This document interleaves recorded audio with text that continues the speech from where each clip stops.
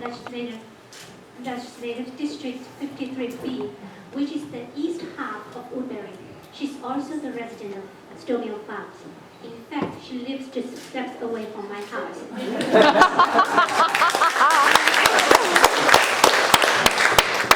I want to point out, last year when our school district tried to split the south of Stonemill Farms to Cottage Grove, Kelly showed great support to the Stonemill Farms community. So we need to thank Kelly for that, especially for those schools from this area. On April 12th, more than 10 folks joined Chungui and me to meet Kelly at the Capitol. Ever since then, Kelly has been very helpful to us. She listens to our concerns and she's thinking of solutions for us. She is the first one invited to this party. I'm personally very grateful that she's here with us, and I'm also very happy that we have such a great relationship with her. Now the microphone is yours, Kelly.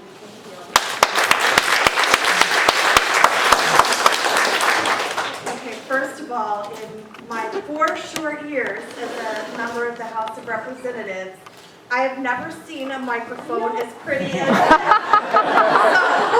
so this is a great honor, but thank you so much for having me. And something that many of you may not know about me in this room is that years ago, my family lived in China.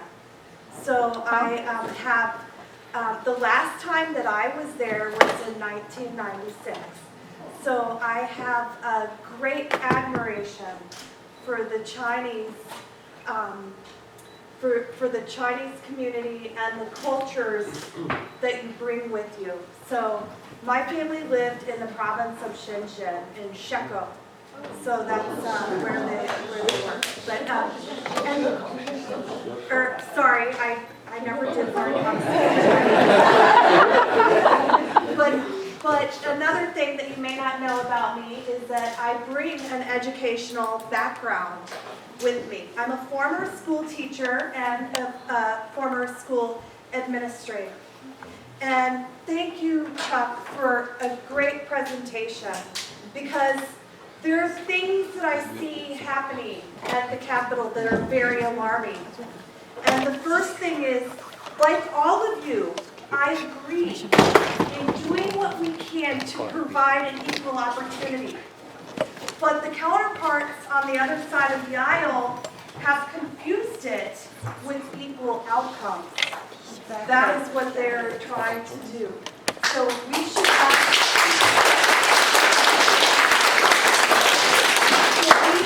never confuse equal opportunity, equal rights with equal outcomes, because it doesn't work.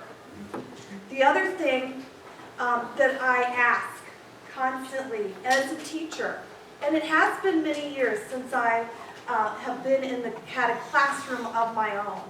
I did substitute teach up until about 8 years ago, but I left the classroom a year or 2 years after I moved to Minnesota.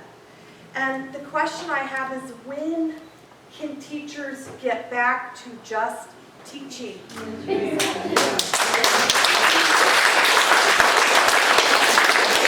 The focus is not, we've lost the focus of what should be happening in the classroom, which is teaching.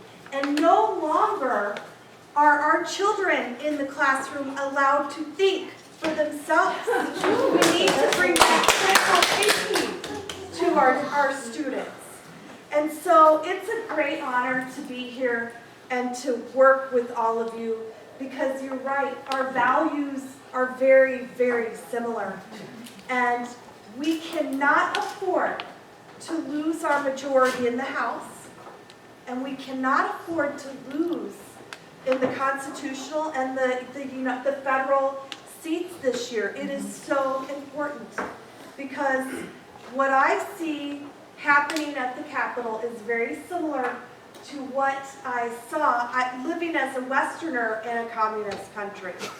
And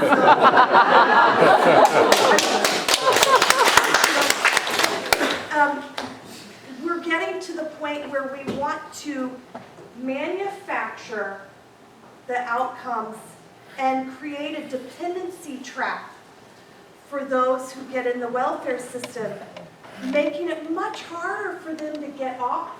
It's easy to get in, it's easy to get them in, but we need to, I believe in giving people a hand up, and we need to do what we can to make it as easy to help them off the system into great paying jobs, into whatever type of health insurance they so choose on an individual market.